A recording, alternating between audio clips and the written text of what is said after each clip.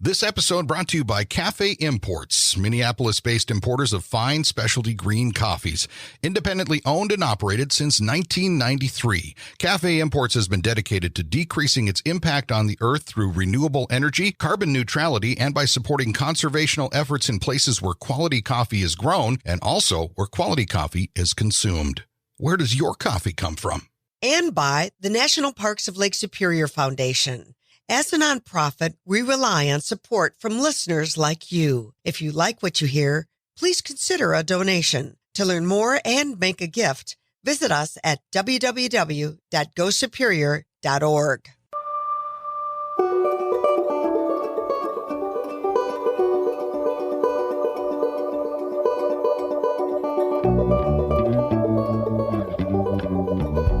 Welcome to the Lake Superior Podcast. I'm Walt Lindala. And I'm Frida Waara. We are made stronger by story, and there's no better source than the continent's largest body of fresh water, Lake Superior. So join us as we highlight the 5 national parks that ring this greatest of the Great Lakes, meet the people, tour the places, and learn about the projects that make these parks and body of water so remarkable. This podcast made possible with the support of the National Parks of Lake Superior Foundation and Media Brew Communications. I'm Walt Lindala. And I'm Frida Waara. Welcome once again to the Lake Superior Podcast. Frida, today, something really cool that we've got. Well, when we talk about the national park system, of course, there are those national parks like Isle Royale. It's one of those 60 plus that many people are familiar with when they rank Yellowstone and Glacier and Yosemite. But the whole system is actually over 400 units, and they include battlegrounds, national monuments, and historical places. That's right. And this is a visit to the Keweenaw.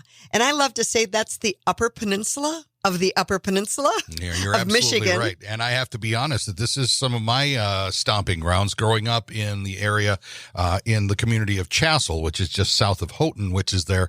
And we're going to be talking about some of the history, one particular historic event with the Keweenaw National Historical Park. And we're going to talk about that here with the historian, and that is Jo Holt. Welcome to the podcast. Thank you. I'm happy to be here. This is actually something that when we were getting this set up, I'm very interested in this because I'm somewhat familiar with it, as I mentioned a moment ago, growing up in the area, the copper strike of 1913. Now, before we get to that, though, Frida and I were both wondering about just if you would share a little bit about yourself. How did you land as the historian of the Keweenaw National Historical Park? Oh, well, I think I'm the luckiest historian in the national park system because this is such a great place to be a historian. So my home state is Montana, and I grew up in Alberta, Canada. I'm a dual citizen. You might hear that in my voice a little bit. But while I was there, in grad school, my focus was environmental history, where I was really looking at the environmental history, comparing Glacier National Park in Montana with Jasper National Park, Alberta, kind of a cross-border analysis. And so one of the things that I did as part of my work was oral history and interviews with people at the parks about what they were doing there and how the parks came to be and whatnot. And after I graduated with my master's degree, one of my advisors saw a job advertised at Keweenaw and said, "Oh, you should apply for it because they're looking for an oral historian there." And I did, and I got it, thankfully, and I've been here ever since. So I feel again very fortunate and very blessed to be here. Jo, why does the Keweenaw warrant being a historical park? Oh, every national park is designated because they tell an important piece of the American story, whether they're an Isle Royale, like you mentioned, for its wonderful, scenic natural beauty and natural significance, or because of a notable person like Harriet Tubman, or an event like Gettysburg. You mentioned those battlefields. The key is that they need to be nationally significant.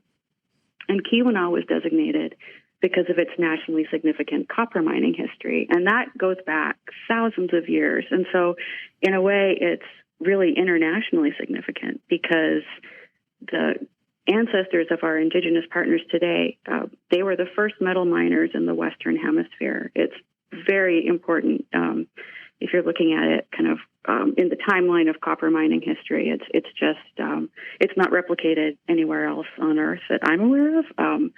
And so it's, we've got this incredible kind of archaeological and cultural history of copper mining that goes back thousands of years. And then in the 1840s, industrial mining started, and those mines, that technology, the people that were here changed American history.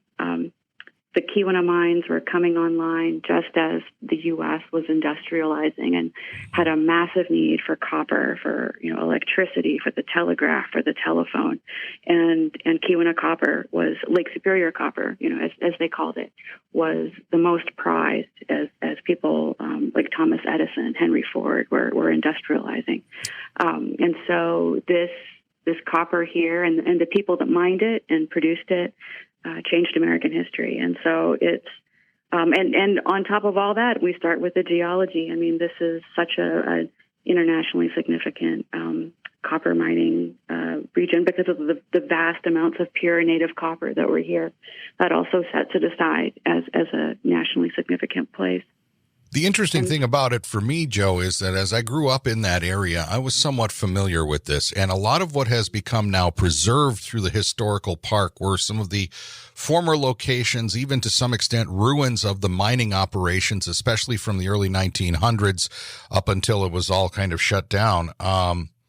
That's a big part of this park. I mean, it's the opportunity to go and walk around and, in effect, touch some of these buildings to see them for real. But your ability to tell stories, your oral history experience, how has that helped you with interpreting this and sharing this history with visitors? Oh, gosh, oral history has been fundamental to the work that I do and to, how we interpret this copper mining story. And I have to say, when I first got here, I was trained as an environmental historian. And when I got here, I really had to do a deep dive into learning about mining and the technology, those aspects of the story here. And I learned that by talking to people, the men that worked underground, people that worked in the stamp mills, women, the clerks in the accounting office.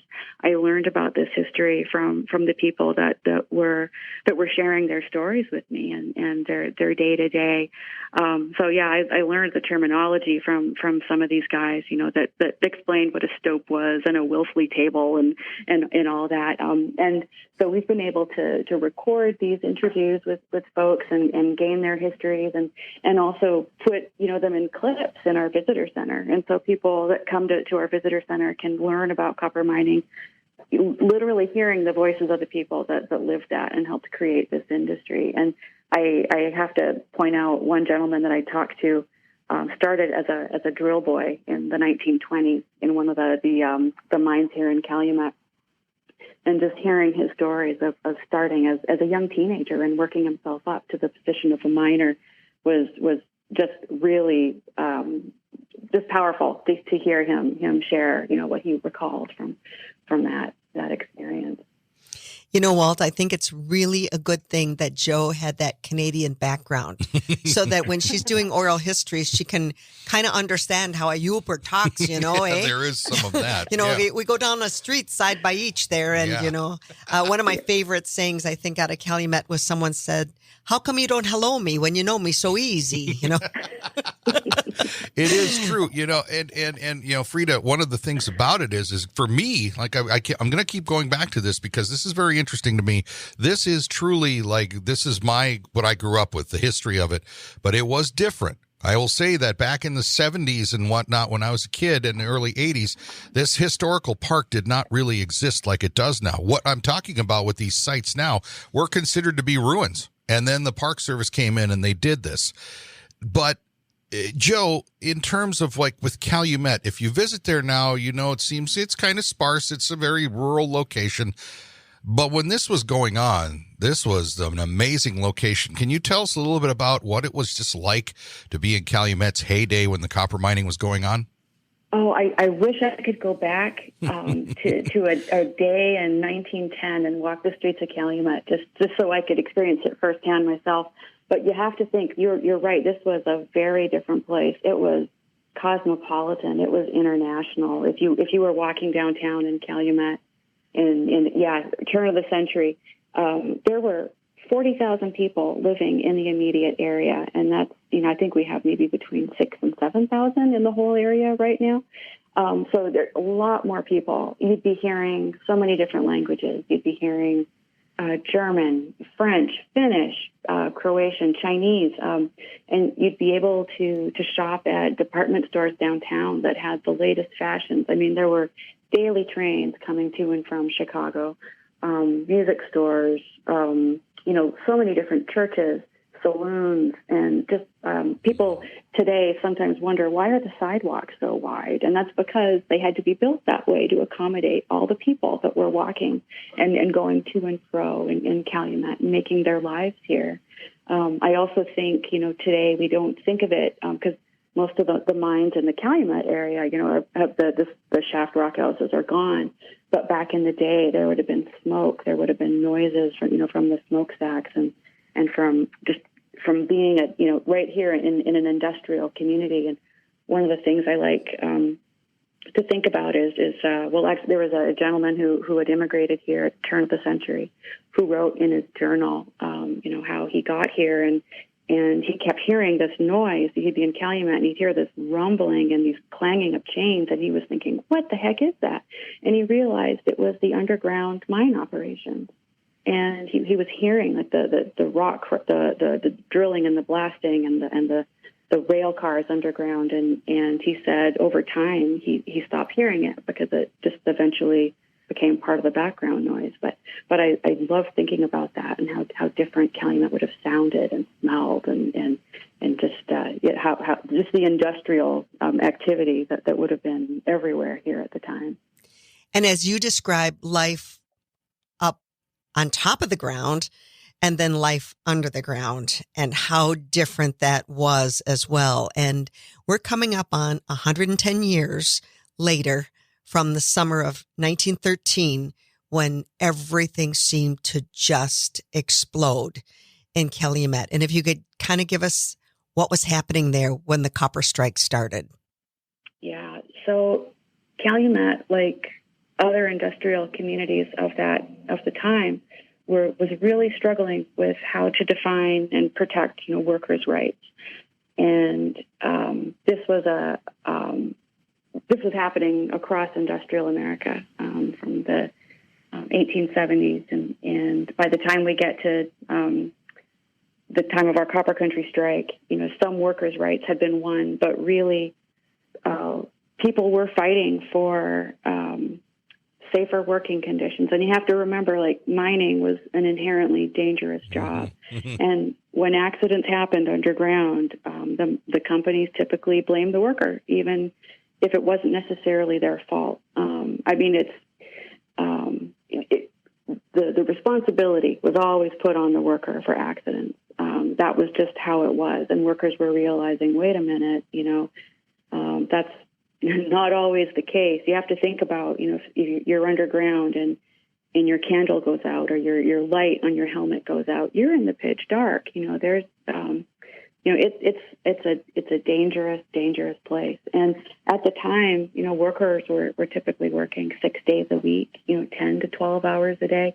You're probably familiar with those signs that talk about, unions, thank them for the weekend, or that's along those lines. You know which ones I'm talking about. Oh yes, that's what was happening at that time across the U.S. and Calumet was no different. And so here people were living in a community where the mine companies, the managers, were vehemently anti-union, and that's in part because they were operating under a management model called corporate paternalism, where the mining companies provided things like housing, hospital care. They built the schools and hired the teachers. They provided lands for churches. They subsidized coal for heating. They provided a lot, and I think that. So again, like, they felt like, okay, the company is providing all this. Workers don't need the union. And and they could provide, in fact, better for workers than a union could. But not everyone agreed with that, and so that was kind of where we're at before the strike was called here, where workers were saying, hey, we need safer working conditions. We need a little bit of a better wage. The mines in the West were paying a lot more for miners and workers, and people here knew that, and so they wanted a little bit of fair compensation, and they wanted recognition of the union to collectively bargain with the mine company, not on an individual basis. We're talking with Jo Holt, who is historian of the Keweenaw National Historical Park. We're looking at what's about the 110th anniversary of a copper strike that hit the area in 1913. So, Jo, what was it that actually then resulted in the decision to strike? How did it get there? What set it all off? Well, ultimately, it was the introduction of the one-man drill. So it was a kind of a technological reason that sparked it. And that was because the one-man drill, kind of by its name, could be operated by one person, one man underground. And what that meant was it changed. Up till that point, miners worked in teams. So there was a buddy system kind of, and that increased safety so that if someone had an accident, there was somebody there that could call for help. This one-man drill introduction kind of meant not only that the miners' workforce would be cut, the companies wanted to save money and increase production, and this technological advancement would have allowed them to do that. So there was this idea that, okay, there's going to be fewer jobs, we're going to be working harder. And the other thing is that it reduced upward mobility.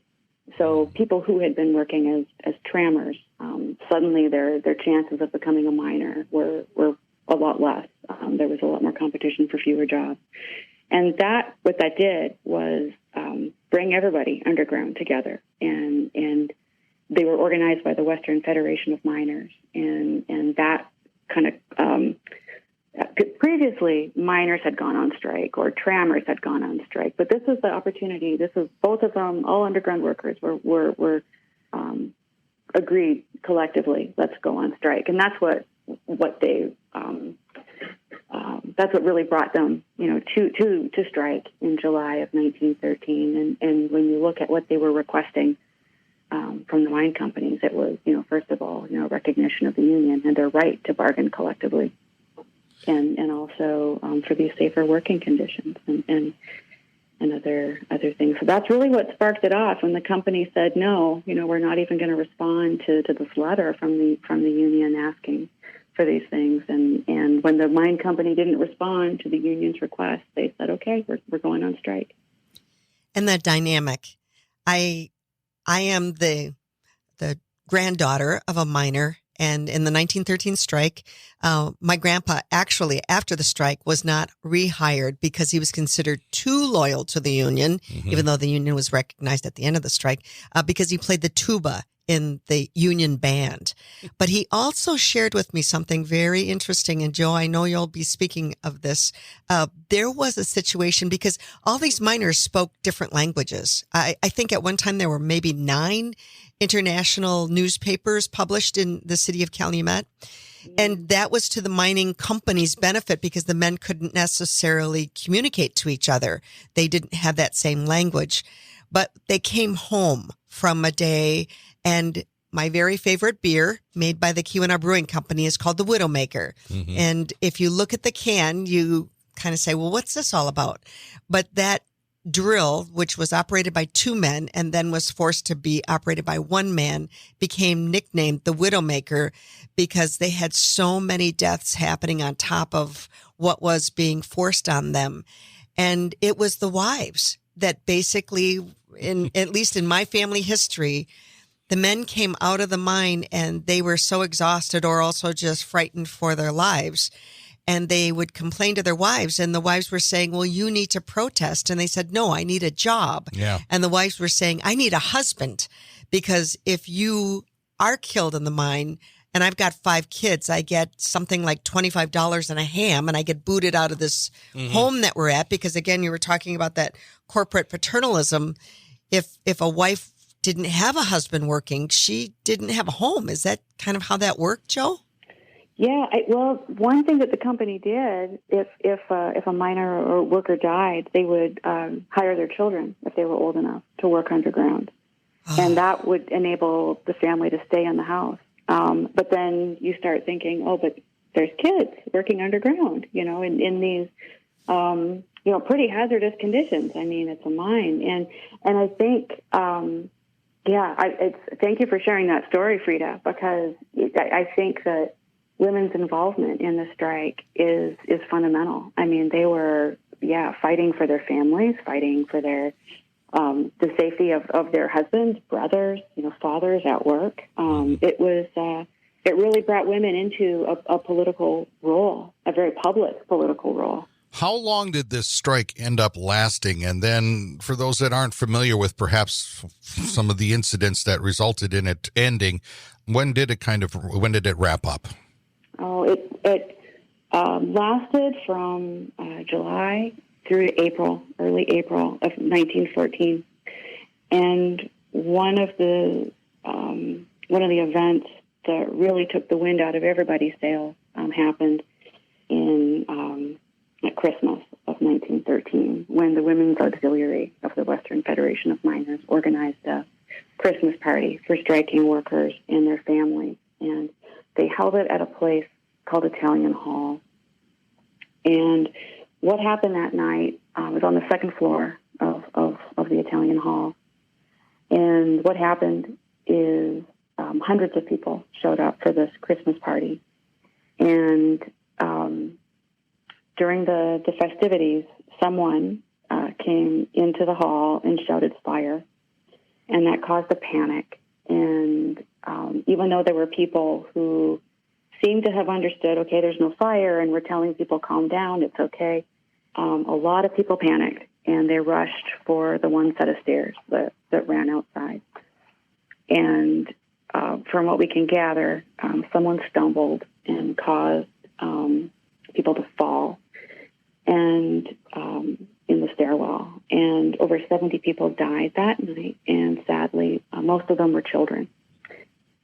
And some historians have speculated as to the identity of the person who hollered fire, but ultimately no one has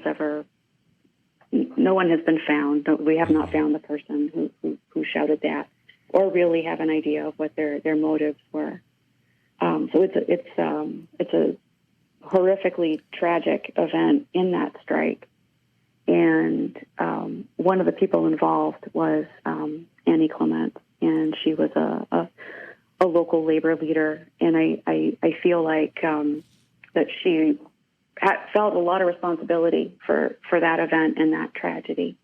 And it's something that she's very closely associated with. But she is quite possibly one of the most important labor leaders to come out of the Calumet area. And I think that she was such a role model, and she kept that strike going, I think, a little bit after the Italian Hall. But because of the tragedy, because of the immense loss of life, and it really did seem to signal the end of the strike. Mm-hmm. And people were back at work in April. The strikers voted to return to work in April. Yeah, it is known in the history of the region very well what happened with the Italian Hall disaster.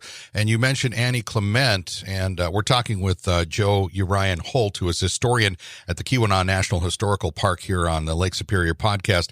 She was really known as Big Annie because she was one of the key organizers. Is her story one of these that perhaps resonates with you about just how the roles, maybe we think of labor strikes, we think of miners, we think of all the time, we think of like the miners down in the ground, but Big Annie's another example of the women really getting involved. Tell us about that a little bit. Yeah, I think about her because she really shook up the social order here during that time. She was, and I think too, she was so young. I mean, she was 25, when this was happening, and she, she had been working with a church organization before the strike, that helped look after injured miners. And so she was very personally aware of the conditions miners were working in. She came from a mining family herself, was married to a miner. And I think that really it was very real to her, the dangers that miners experienced, trammers experienced underground.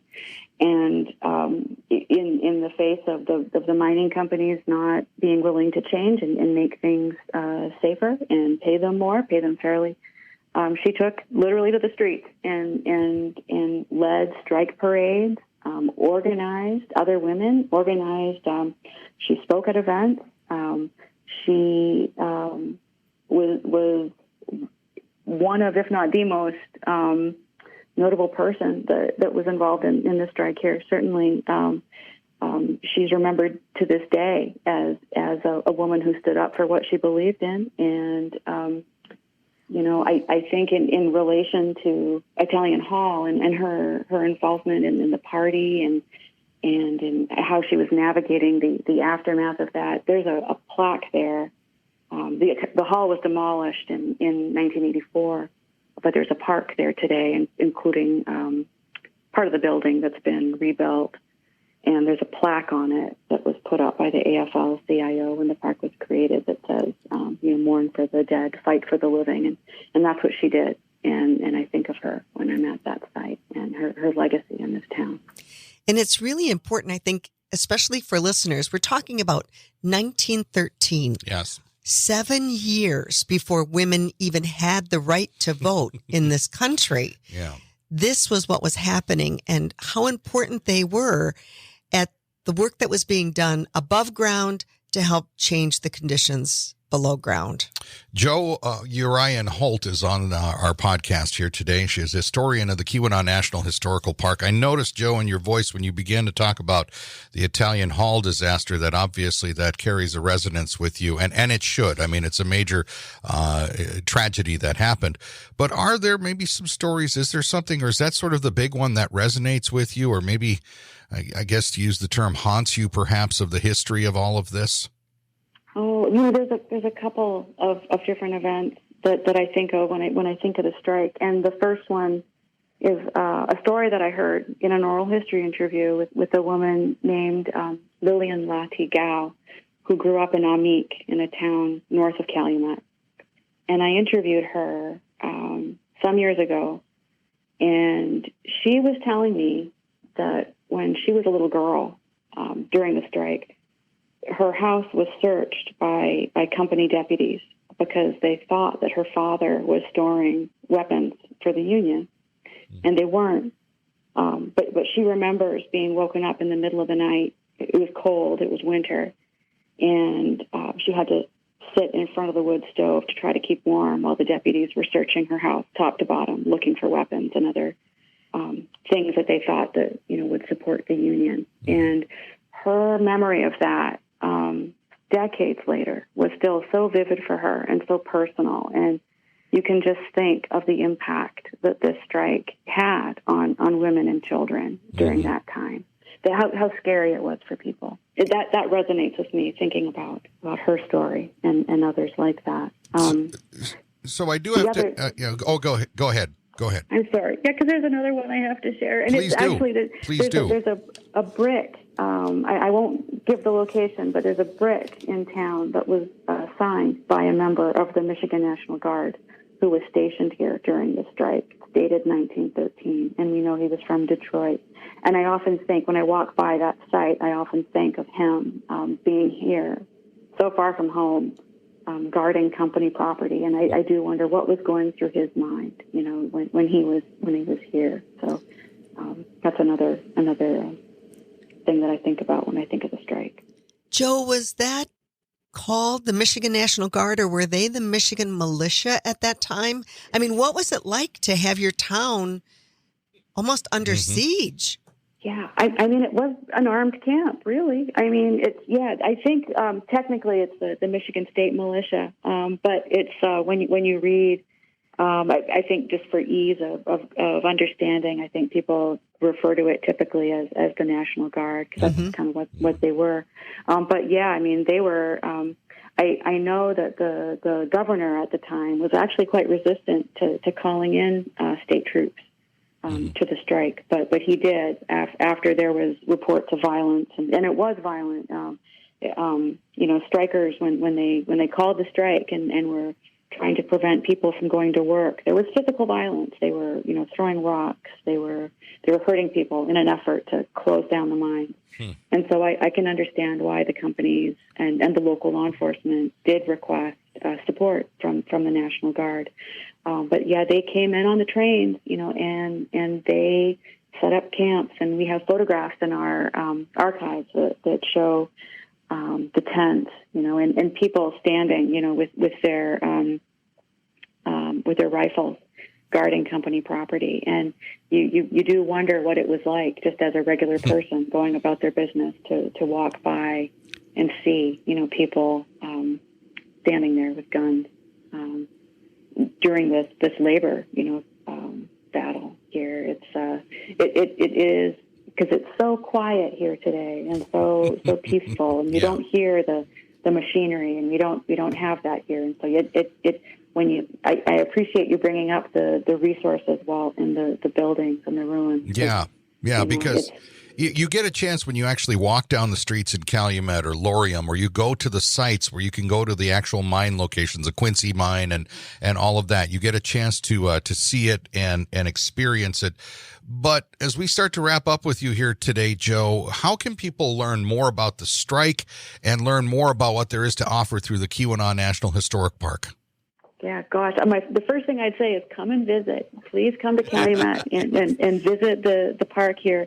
There's a lot that's been written about the strike. Some historians, like Arthur Turner, wrote Rebels on the Range. Larry Langdon, Hollowed Ground. Those are two examples of copper country histories that talk about the strike. Kim Hoagland is another historian who's written about the strike, including a very specific event called the Seaverville Murders that happened during the strike. She writes very compellingly of that event. There's also documentaries.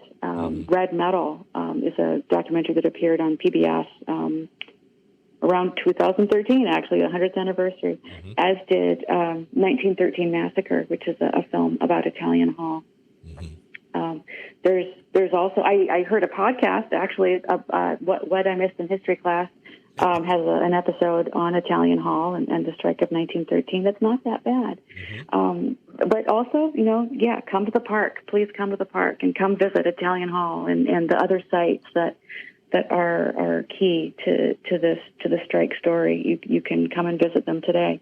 Sounds very interesting. And of course, you have all the online resources for the park itself that people can check out through the Park Service with looking up Keweenaw National Historical Park. But, Jo, you've just shared some great information. It's, again, I'm going back to me being a copper country boy and, being familiar with this. I feel like I could talk to you for hours about this because I've been surrounded by this growing up and knowing about it. But it's been an honor having you on with our podcast today to share this story now to the world even more and hopefully get some folks to come and see you at Keweenaw National Historical Park.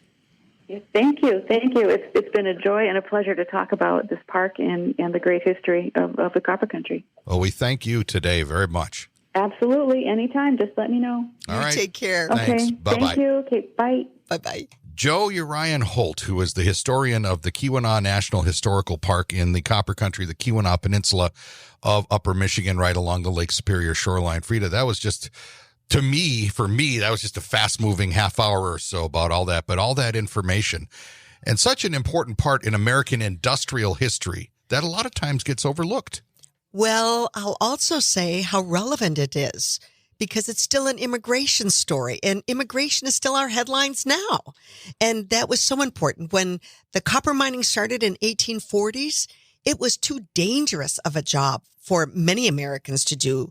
That's why they had to bring all of those immigrants here, and they all came, creating the fabric that has become the Keweenaw. You really should take the time to look into the Keweenaw National Historical Park or any of the national parks around the Lake Superior shoreline. There's a lot of history at all of the locations, and it was just a pleasure kind of focusing on my stomping grounds here with this particular episode, I will say. And I love that Jo said the best way to learn more is to come visit. So if we can encourage some folks to come to the Keweenaw Peninsula, again, I like to say it's the Upper Peninsula of the Upper Peninsula. It is. Look it up on a map. It's worth it. Oh, my goodness. You will not be disappointed. It's just not only the beauty, the history, but the people will also make you very glad you came. That's going to do it for us on this particular podcast. We do appreciate you joining us, and you can always send us your comments wherever you get the podcast from. You can send us some notes, some thoughts, maybe somebody that you'd like to have us talk to or find out a little bit more. So it'll do it for us this time around. I'm Walt Lindala. I'm Frida Waara. Thanks for listening. The National Parks of Lake Superior Foundation, NPLSF, is the only official nonprofit 501c3 fundraising partner of the National Park Service for all 5 U.S. national park sites on Lake Superior. To learn more about NPLSF projects and programs, you can visit the website at nplsf.org or friend them on Facebook. I'm Frida Waara. And I'm Walt Lindala. Thanks for listening to the Lake Superior Podcast. This podcast made possible with the support of the National Parks of Lake Superior Foundation and Media Brew Communications. This episode brought to you by Cafe Imports, Minneapolis-based importers of fine specialty green coffees. Independently owned and operated since 1993, Cafe Imports has been dedicated to decreasing its impact on the earth through renewable energy, carbon neutrality, and by supporting conservational efforts in places where quality coffee is grown and also where quality coffee is consumed. Where does your coffee come from? And by the National Parks of Lake Superior Foundation.